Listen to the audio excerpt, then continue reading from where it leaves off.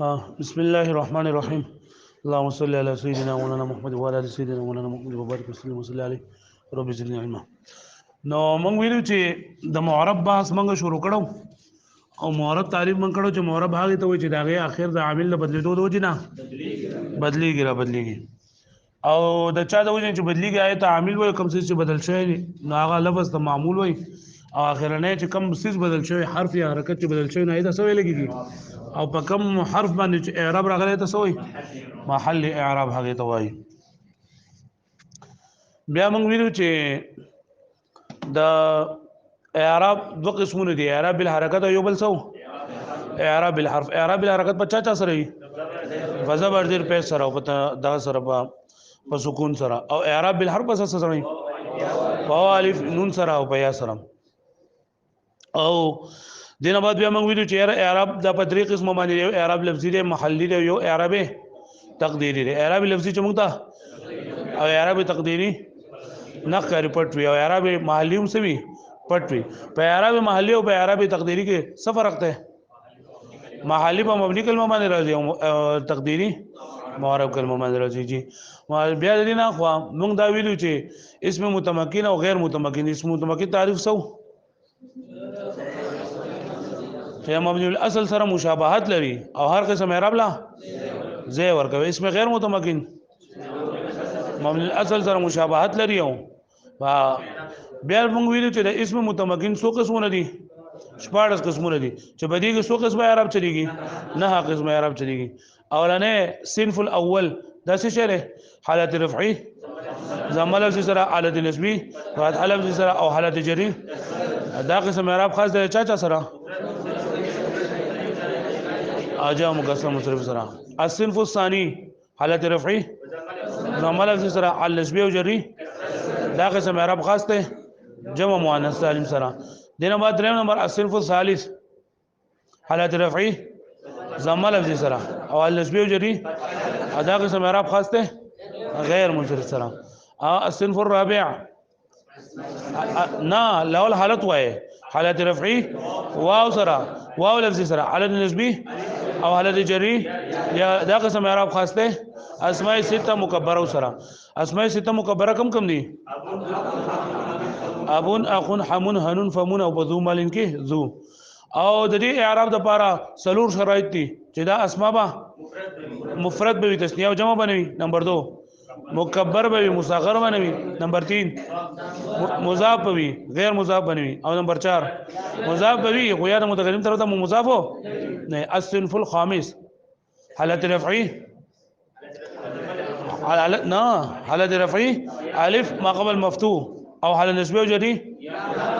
یا ما قبل مفتوح سره. دا قسم اعراب خاصه تسنیه او ملحقات تسنیه. ملحقات تسنیه څه مراد دي؟ اثنان و اثنتان او کلا وکلتا. بیا موږ ویلو الصنف السادس، الصنف السادس حالت رفعي واو ما قبل مضمون سره، النسبي او جري یا ما قبل مکسور سره. دا قسم اعراب خاصه جمع مذکر سالم سره او ملحقات جمع مذکر سالم مراد اولو او 20 تاتسون دي. الصنف السابع حالت رفعي، ضمه تقديري، حالت نسبي او حالت جری.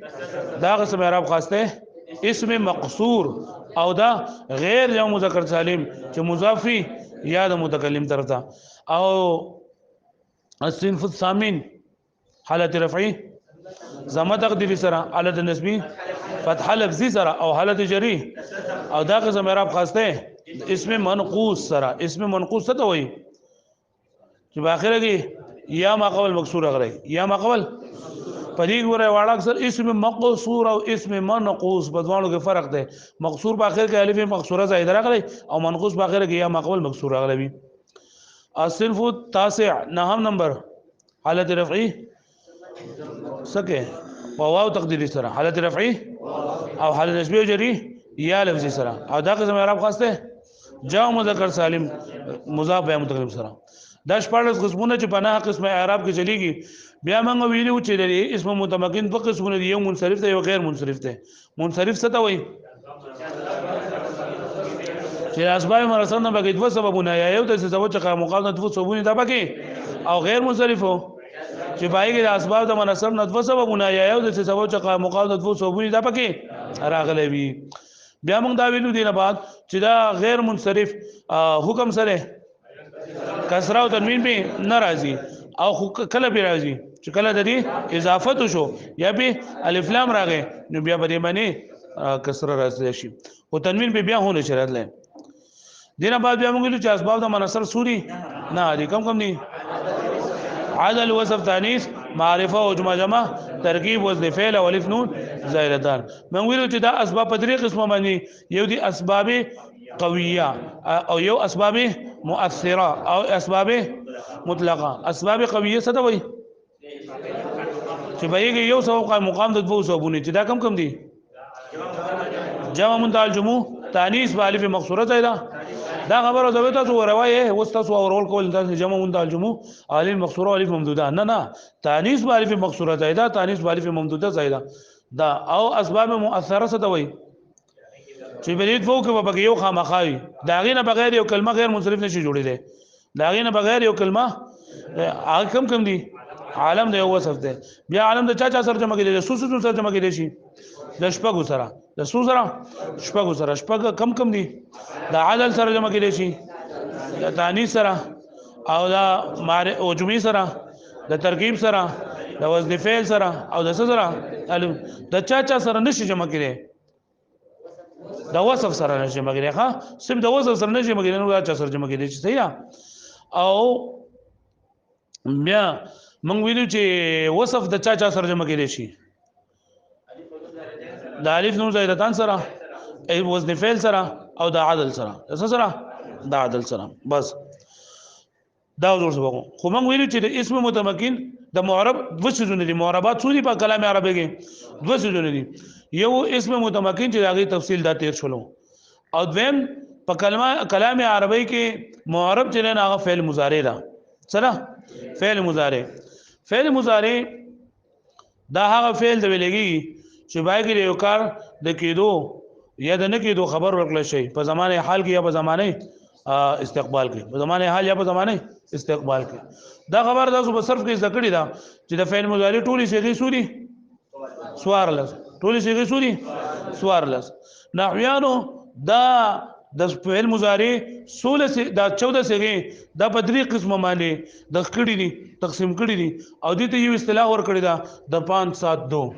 دسو دا 5 7 او 2 5 7 2 مطلب دا دی چې بدی فعل مضارع کې ټوټل څو صيغې دي 14 صيغې دي څو صيغې دي 14 صيغې دي په دې 14 صيغو کې 15 صيغې هغه ته ویل کېږي مفردات خمسه څو ته ویل کېږي مفردات خمسه او صيغې دي چې دې په اخره کې نون اعرابي راځي او دوه صيغې دي چې هغه مبني دي د 5 7 2 څه مطلب دی چې بدی فعل مضارع په دې گردان کې په دې کې 15 صيغې سری مفردات خمسه او صيغې سری چې دې په اخره کې نون عربي راځي او دوه صيغونه څه مطلب دي نو چې موږ وګورو چې را موږ د سو کوی چې دا فعل مضارع ده نو فعل مضارع کې موږ وګورو چې دا په 5 7 2 کې څه شری واښوي ا د 5 7 2 د هغه جدا اعراب ده دا دوه چې نو په دې د خو مبني دي دوه چې دا سری اکمې کمی سګینی یضربنا او تضربنا یعنی فعل مضارع چې په اخره کې نون د جمع مؤنث لګیدلی د فعل مضارع هغه څه چې په اخره کې نون د جمع مؤنث لګیدلی یو جمع مؤنث غائب ایو جمع مؤنث حاضر دا دوه صيغې دي دا مبني دي دا دوه صيغې دي دین علاوه مفردات خمسه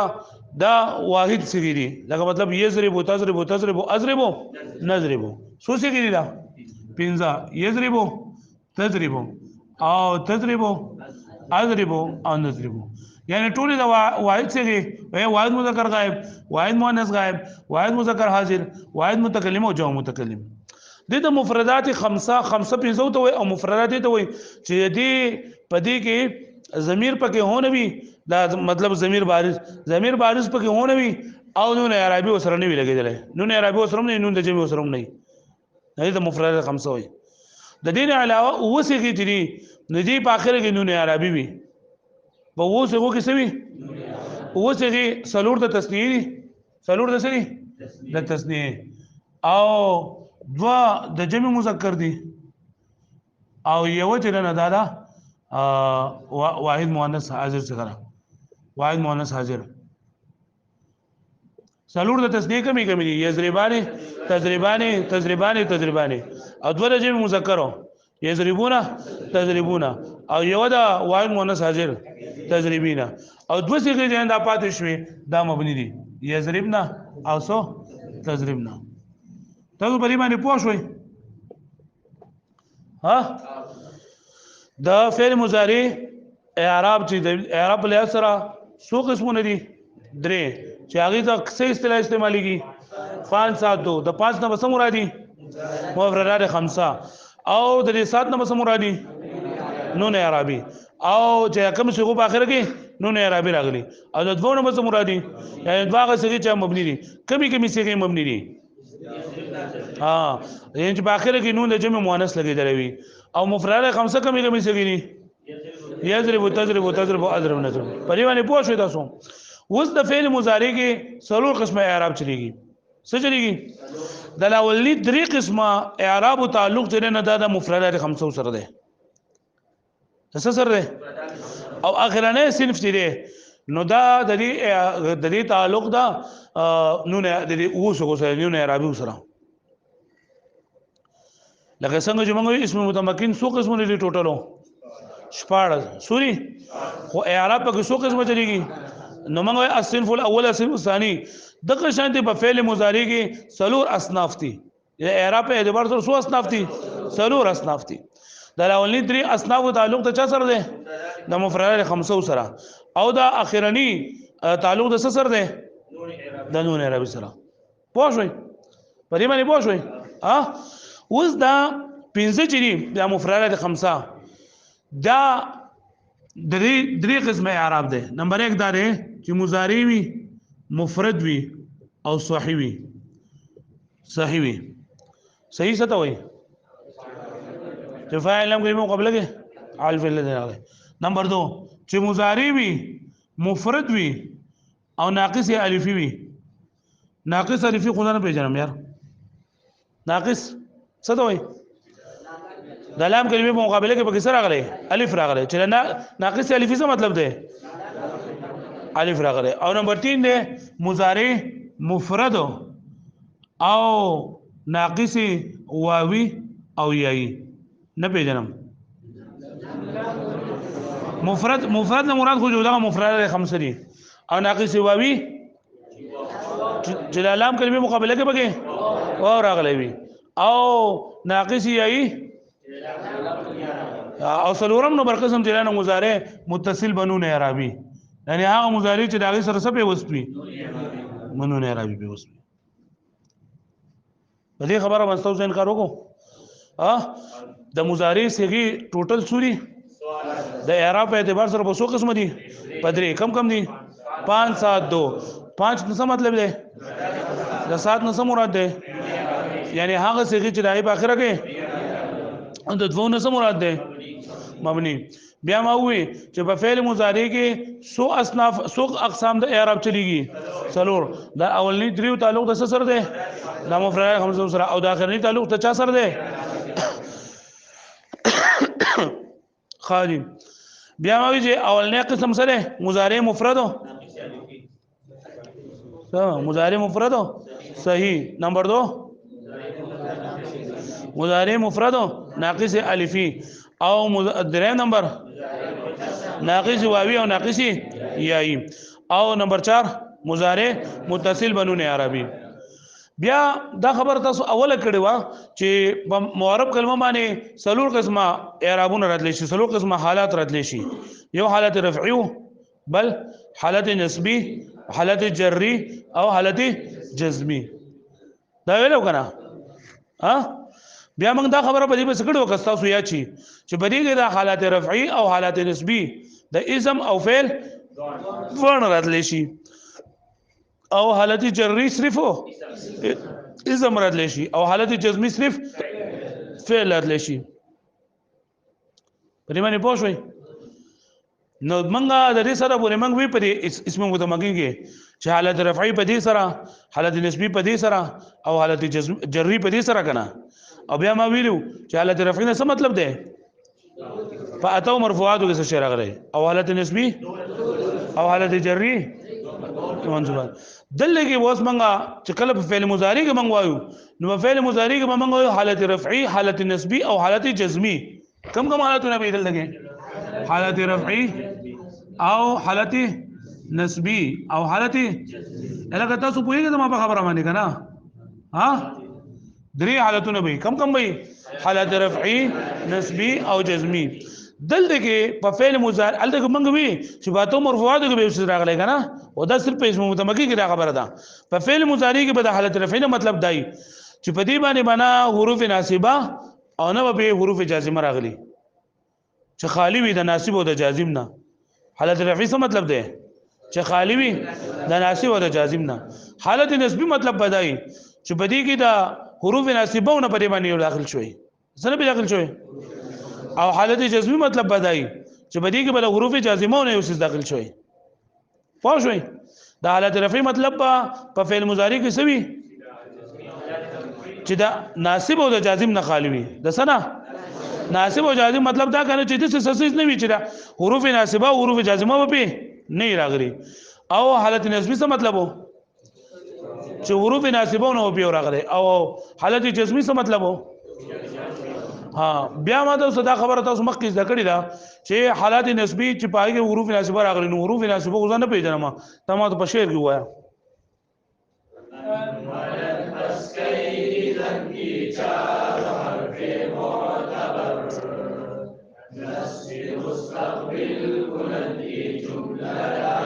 حروف ناسبه سودی سوري سلو کم دي نو چې دا کله په دې فعل مضارع باندې داخل شي نو موږ وایو چې دا فعل مضارع دلته په کوم حالت کې ده په حالت نسبی کې ده او حالت جزمی چې بای باندې سره راغلي حروف جازمه راغلي څه به راغلي حروف جازمه سوري کم دي عمل څه کوي په شعر کې ذکر کوي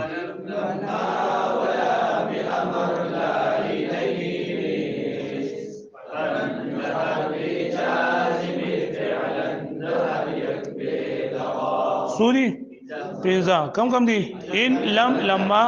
لام امر او لینه نو چې کله په فعل مضارع باندې ان راغی یا لم راغی یا لما راغی یا لام امر راغی یا لینه راغی نو موږ وایو چې دا پس کې اوس واقع ده په حالت جزمی کې دا خبره یاد شو حالت جری چې نه دا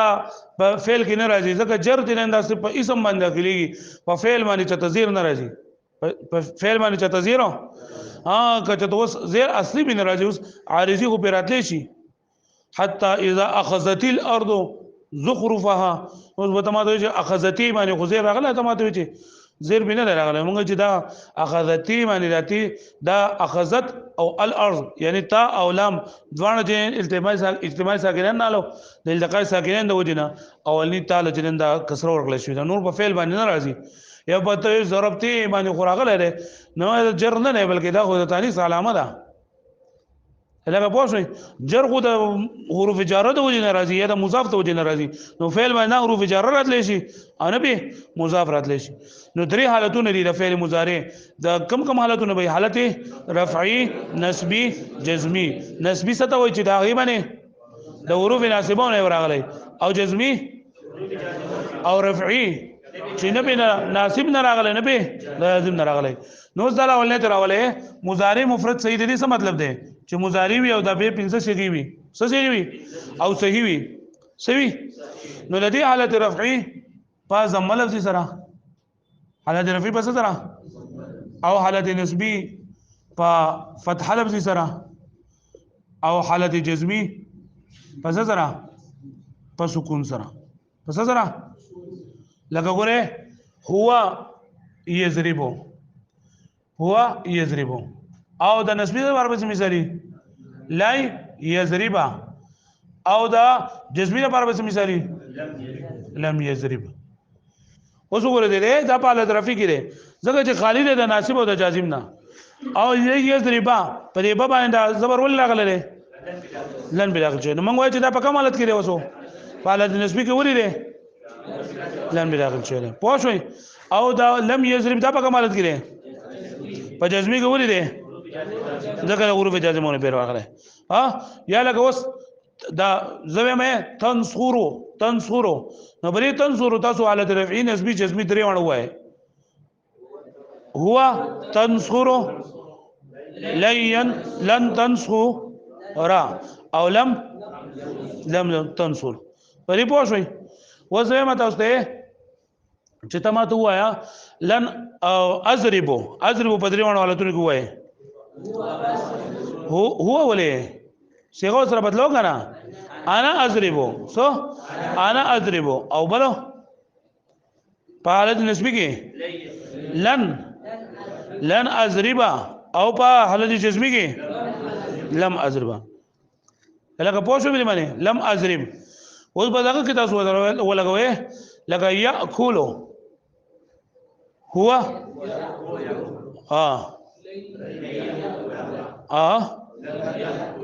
تا خبر بتاو سهلی شرب یشربو کې حالت رفع نسبی جزم ولګوي هو يشرب لم يشرب او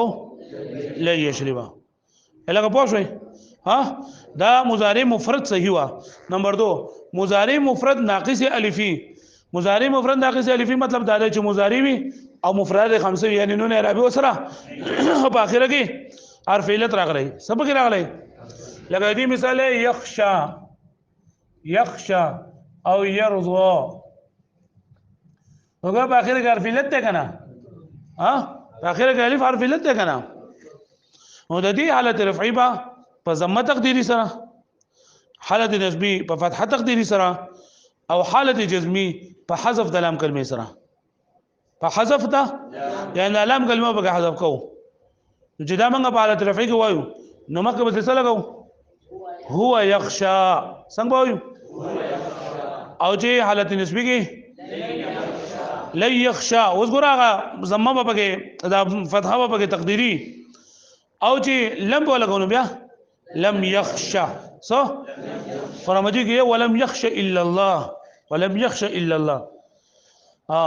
وز يرضى سره تاسو لګوي هو يرضى لن يرضى لم يرضى دا تاسو ته چو د مضارع دویم نمبر قسم د اعراب په اعتبار سره سره مضارع مفرد ناقص الفی مضارع مفرد ناقص الفی څه ته وایي چې دا مضارع څه وي مفرد نه مطلب سره یعنی نون اعرابي پکې نه راغله او ناقص الفی وي ناقص الفی څه مطلب ده دا مضارع مفرد ناقص الفی مثال سره یخشا تخشا اخشا نخشا یخشا تخشا اخشا او نخشا نو ګوره پدې کې وځ د حالت رفعی بس سره راځي په ضمه تقدیری سره حالت نسبی او حالت جزمی په حالت لام سره نه لام سب لام په حذف کې لام کلمه لکه ګورل لګی دا لام کلمه کې دا الف ته کنه یخشا اخره کې الف ته کنه نو هغه الف په دې کټ شي لم یخشا به او لم يرضى ده کنه يرضى نو اخره کې به دا الف په کټ شي نو لا لم يرضى شي لکه پوه شو دې باندې لم يرضى دا حرف علت په غلام کلمه منو ورته حرف علت په ورته حرف علت په ورته سبق ورته په حذف د حرف علت سره دریم نمبر دې مضارع مفرد ناقص واوی ای چې د خپل وای چې د مضارع صيغه او مفرد نه مطلب سره نون اعرابي پکې نه وي او ناقص واوی وي یعنی په اخره کې واو راغلی وي سبق راغلی لکه يدعو په اخره کې واو ده کنه او یا په اخره کې یا راغلی لکه يرمي نو دې حالت رفعی په ضمه تقدیری سره حالت رفعی بس سره حالت نسبی په فتحه لفظی سره فتحه او حالت جزمی په حذف ده حرف علت سره په حذف ده حرف علت سره لکه اوس ولا کوي دې سره هو يدعو او لن يدعو او لم يدعو لم اخره کې حرف علت حذف کوم صحیح ده او يرمي دا سره ناقص یې دی کنه نو دې حالتونه حالت رفع کې ضمه تقدیری سره وای هو يرمي او لن وسره لګوي لن يرمي او لم يرمي باخره کې حرف علت نه دا ورته دو پوه شئ بیا د مضارع متصل بنون اعرابي چې مضارع وي او داغه سره نون اعرابي په وشو یعنی اوسېږي چې داغه سره نون اعرابي راغلي نو چې کله مضارع سره نون اعرابي په وستوي نو هغه صحیح وي او کناقص الفی وی او کناقص واوی وی او کناقص یی که هر قسم وی خو چې سب وسره سره لګیدلې وي نون عربي لګیدلې او د دې ټولو نون عربي چې کوم څه وسره لګیدلې هغه د صحیح نه راغلی او کله مثال نه راغلی او کله اجوف نه راغلی کله ناقص نه راغلی او کله هر څه شي نه راغلی او چې سب وسره سره لګیدلې وا نو د دې حالت رفعي په اثبات نون عربي سره پس سره اثبات نون عربي مطلب دا چې نون عربي پکې نه حذف کړي نون عربي پکې وایو او حالت نسبی او جزمی دواړه دا حذف د نون عربي سره پس سره لکه ته یزربانه نو دې سره زه هما ولا کومه هما یزربانه او لن وسره ولا غوا او لم وسره ولا غوا لم یزربا ته وګورئ ګرځانو کې رسول لن یزربا لن یزربو لن تضرب لن یضربنا نو ګور الله تضربان نه هم نون کټ شوی دی او د تضربون نه هم نون کټ شوی دی کنه لن تضرب لن تضربو لن تضربي لن تضربنا لن اضرب لن نضرب وایي او د ادوسې چې کوم دي نو اخو جو معرب دي د مبني دی پای کې عمل لګي نو لول منغ ویل چې د فعل مضارع ټوټل سوري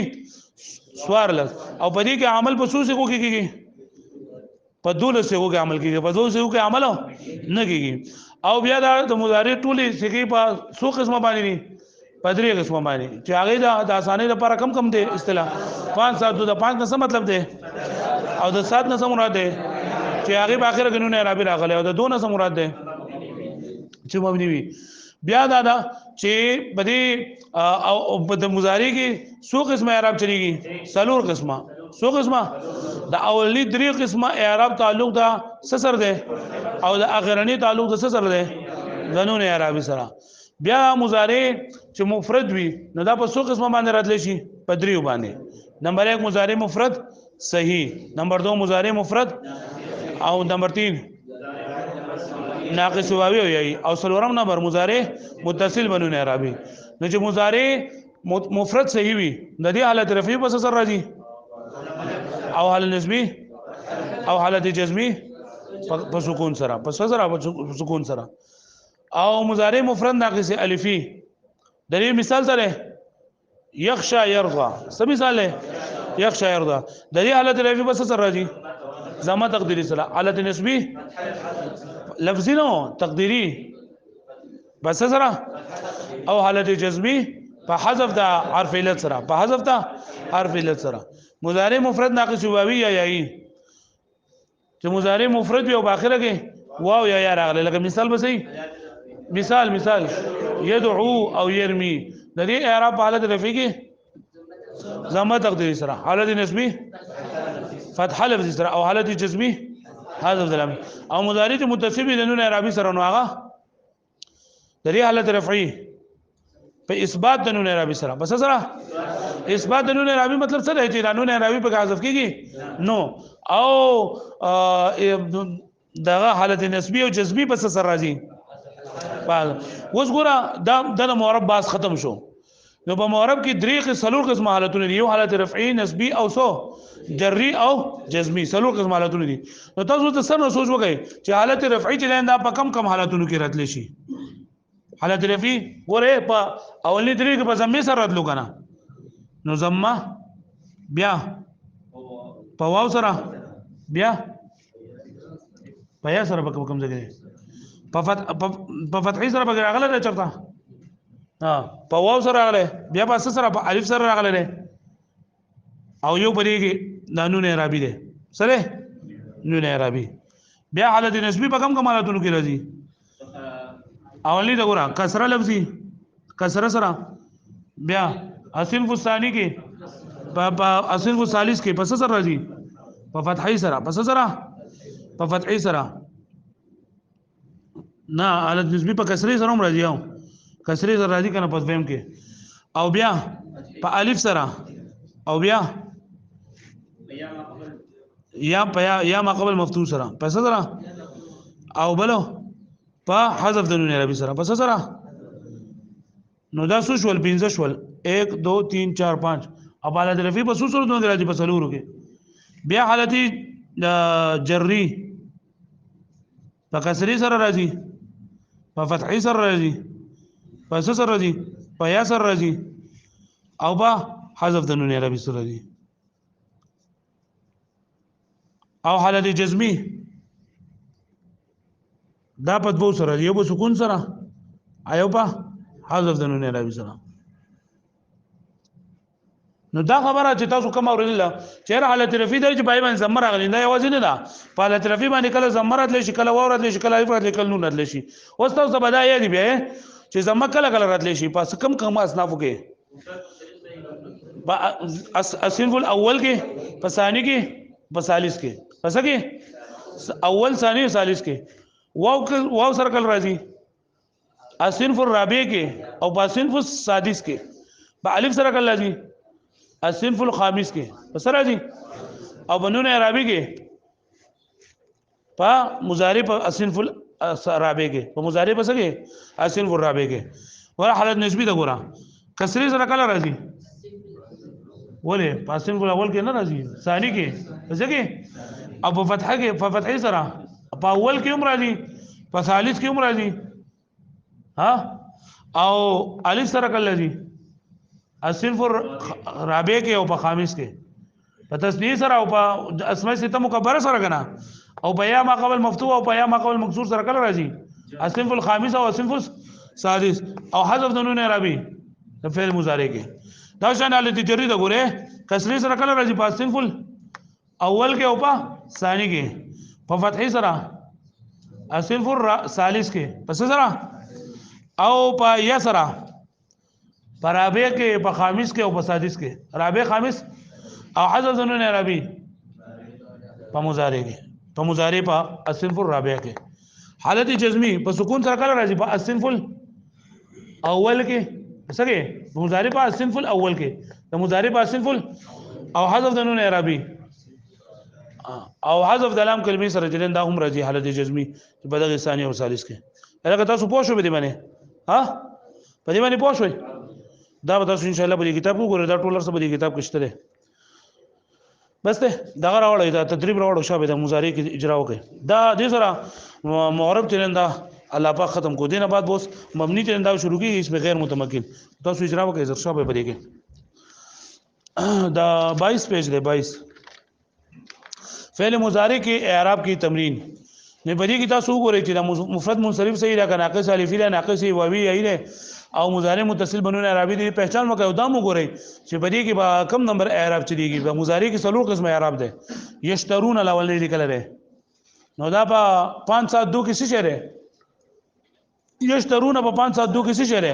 7 نه پیژنم چې په اخره کې نون اعراب او بدی کې بل مضارع څوم نمبر اعراب چلیږي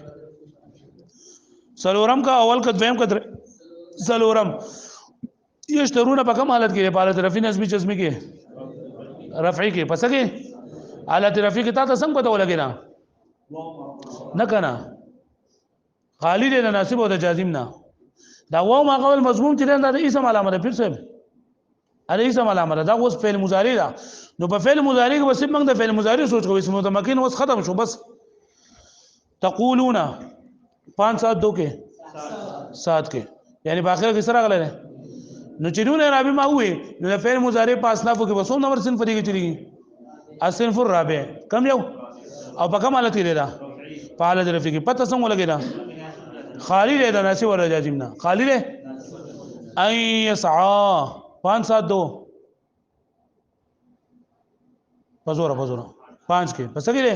په 5 کې ده او په مضارع په اسنافو کې الصنف الاول ثاني ثالث رابع الثاني ولي مضارع مفرد ده او په اخر کې سره غره مضارع مفرد ناقصي